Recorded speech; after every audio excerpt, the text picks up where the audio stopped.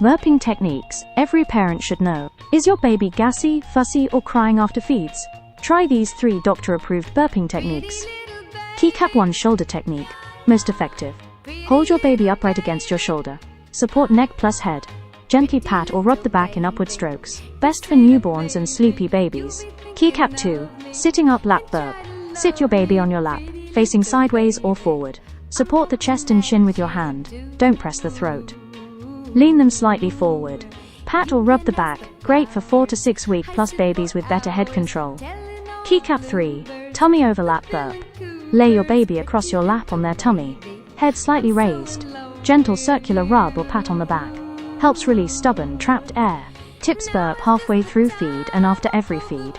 If no burp in 5 minutes, it's okay, baby may not need one.